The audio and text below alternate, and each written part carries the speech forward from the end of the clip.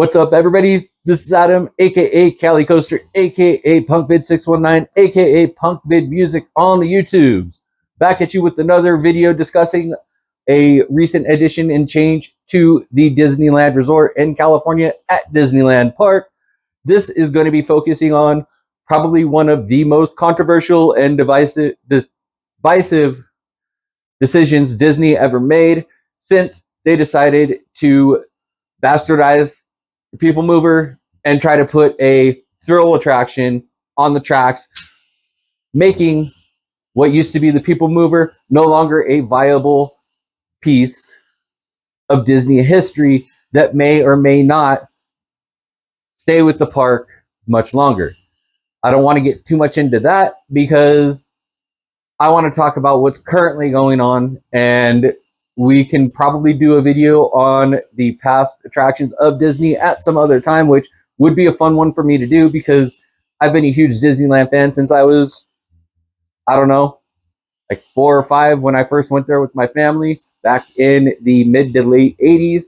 I do remember their state fair. I do remember the Disney Afternoon Avenue. That was some pretty cool offerings, and I remember the boat ride.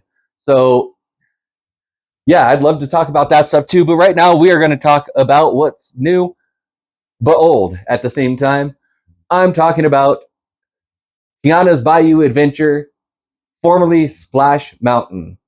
To all our guests currently waiting to experience Cali Coaster Adventure's latest thrill, for your safety, we ask that you please stay off those air gates. Loading gates opening, stand back, stand clear. Welcome. Please watch your step as you enter the ride vehicle at this time. Please secure all loose articles. Leave them in the cubbies if you do not have a non-rider to leave them with. There are no loose articles allowed aboard this ride.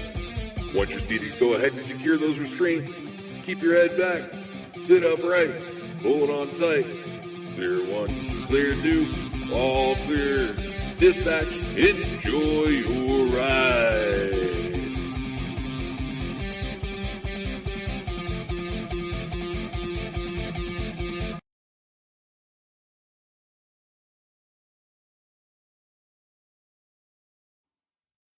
Let's get into it.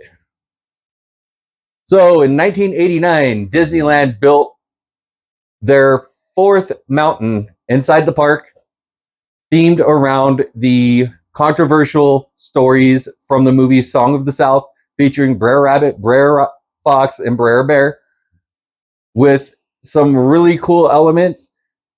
They took what is normally thought of as one of the most relaxing and scenic rides at an amusement park at the time, the log flume attraction.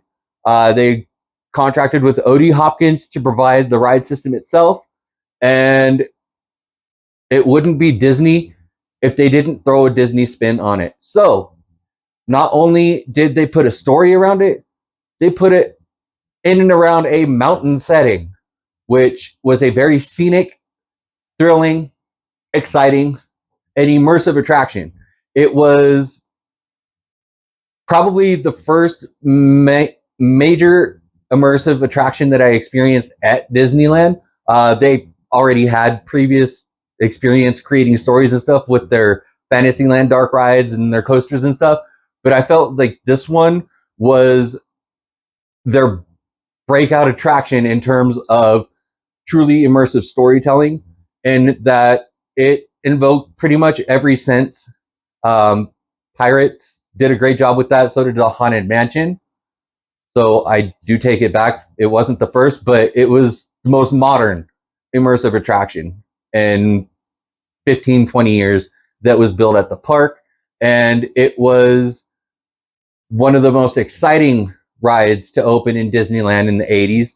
And the only one, actually, if I'm not mistaken, aside from the Fantasyland refresh that took place in 1983, I believe, which gave it the look that it has today from the old medieval fair style canopies and stuff of the past.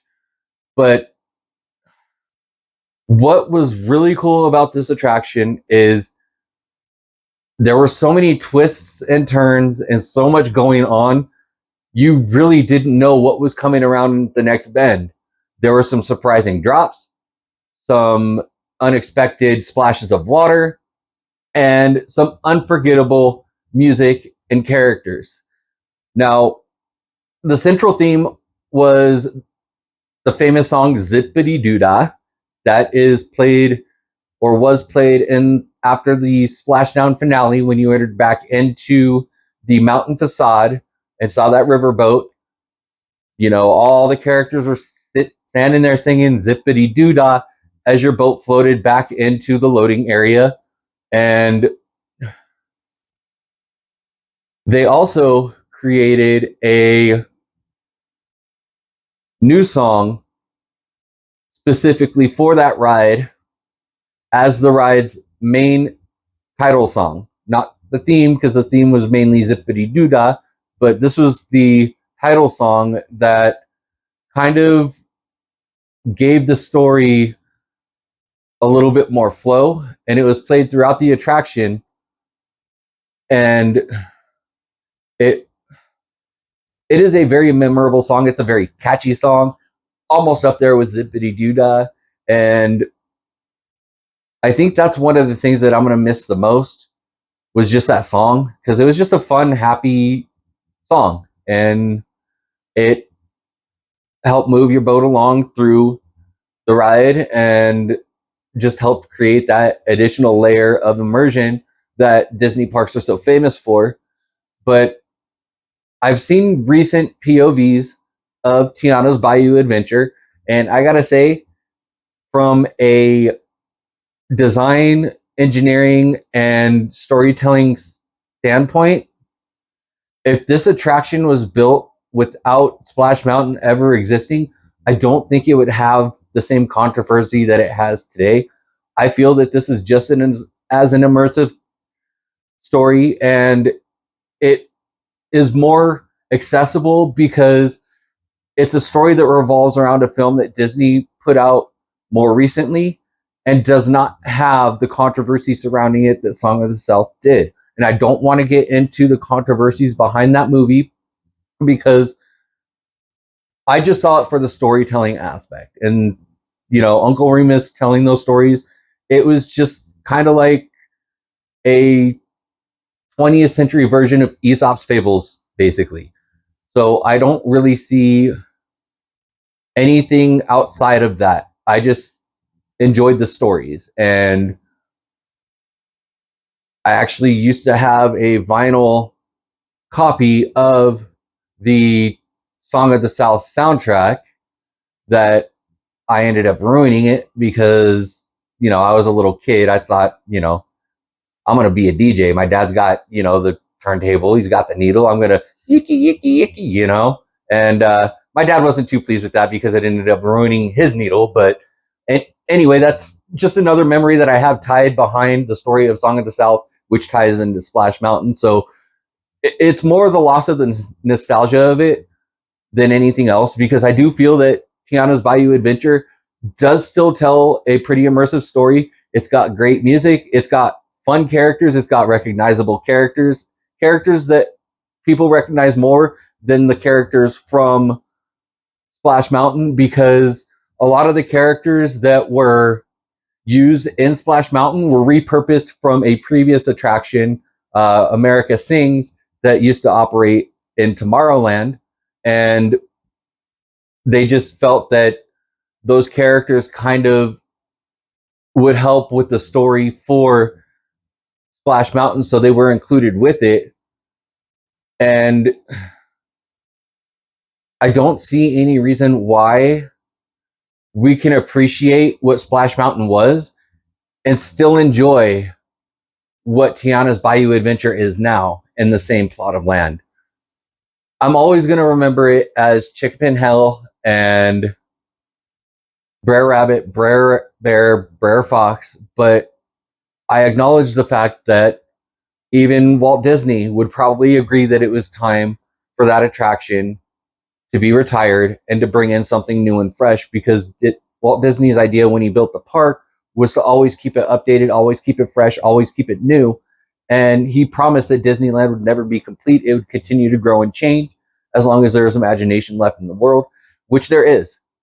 It's getting harder and harder to find sometimes, but there still is imagination left, and I'm hopefully going to be one of those vehicles that helps continue with the imagination. And I don't know if you've taken a look at my channel, but I also do armchair roller coaster designing through Planet Coaster and No Limits. Some of my designs and ideas are posted on my channel as well as on my other channels. If you want to take a look at those too, kind of see what I'm about and who I really am. That way you know that I'm not just somebody who's trying to gain clout by throwing the name Disney around.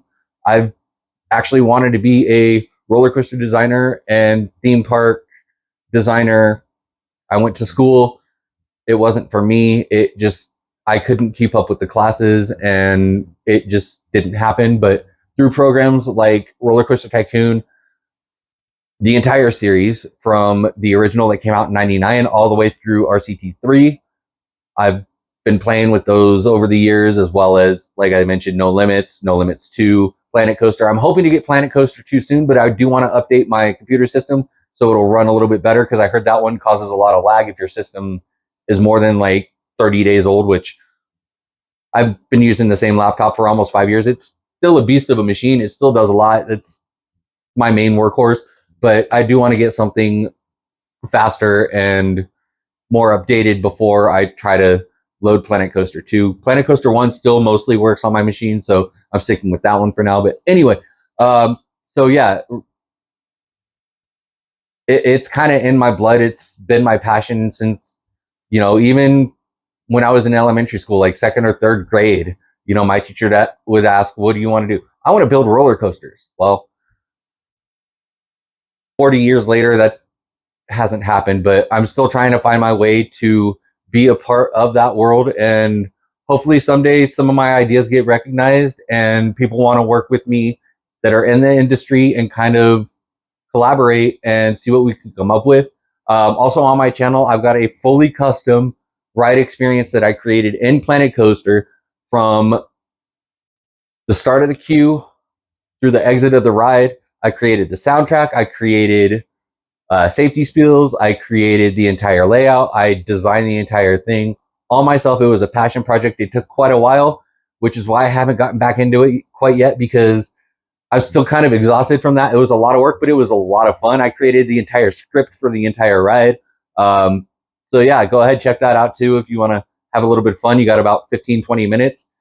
Make sure you watch the whole thing though with the audio up to get the full experience. And that's kind of why I'm drawn to Disneyland more than any other park, because that's the kind of stuff that I've always wanted to create. I've always wanted to help people experience things and see things and feel things that they may not have known that they could feel or see for themselves. And it would be really cool to be part of that world. But unfortunately, like I said, I'm already in my 40s, so I'm hoping that that time for me has not passed, but I kind of feel like it might be a little bit too late. I struggle with schooling. Not really a good book learner. I'm a hands-on person. Drawing, photography, music, that's my forte. And anyway, one of the biggest complaints that I've seen about Tiana's Bayou Adventure, and from what I've heard, the entire ride layout experience did not change. The course is still the same. The drop is still the same. Actually, the multiple drops are still the same. But one complaint that I have heard is you don't get quite as wet as you did on Splash Mountain, which there's two sides to that. Sometimes you don't want to get soaked. Disneyland's open year round. When it's, the middle of January and it's only like 50, 52 degrees outside, the last thing you want is to be soaked when you get off the ride. But at the same time, in the summer, that's one of the main reasons people go on that ride, especially those who have been on it time and time and time again, that already know the ride through and through. They just want, the few thrills with those drops and everything else, plus the big splash at the end to cool off, because it was a great way to cool off. But I heard that the run out is a little bit shallower, meaning it doesn't create quite the same splash that it did when it was operating as Splash Mountain. But I've also been told that Splash Mountain, they were able to raise and lower the water level in the run out and reservoir depending on the time of year, to help facilitate the fact that people don't want to get soaked in the middle of winter. Some people do, some people don't. Sometimes, honestly, Southern California could be 80 degrees one day and then, 50 degrees the next day. But I've been told that it was designed in a way they can adjust for that. And I've heard the same is true for Tiana's Bayou Adventure. I've seen videos where once the logs hit that run out, they create quite a big splash. And I've also seen some videos where it's still a splash, but it's not a soaking splash. So I don't know if that's a real feature or if that's just Disneyland myth. I would love to dive into that and find out, because from my experience operating water rides, it's not really hard to raise or lower the run out stream, because at the end of the day, it's a pool. Pools get filled and emptied, and they can be filled to any capacity you want before it overflows. So it is entirely possible, but whether or not they're able to do it on a daily basis is something that I'd like to find out, because I feel like that would be a lot more work than just emptying and filling it, a couple times a year to change for the season. So, and also the weight in the boats does make a huge difference. The heavier the boat, the farther down it's going to go in that run out, the bigger splash it's going to create. The lighter the boat, the more it's going to mainly just kind of hydroplane and splash down just a little bit. So I'm just telling you what I heard, what my thoughts are. Thank you for going on this journey with me. If you have a chance to, give Tiana's a try. You may like it. Don't be scared if you do. It's okay. Disney would want you to. All right, that's it for me. I'll see you all next time. Deuces.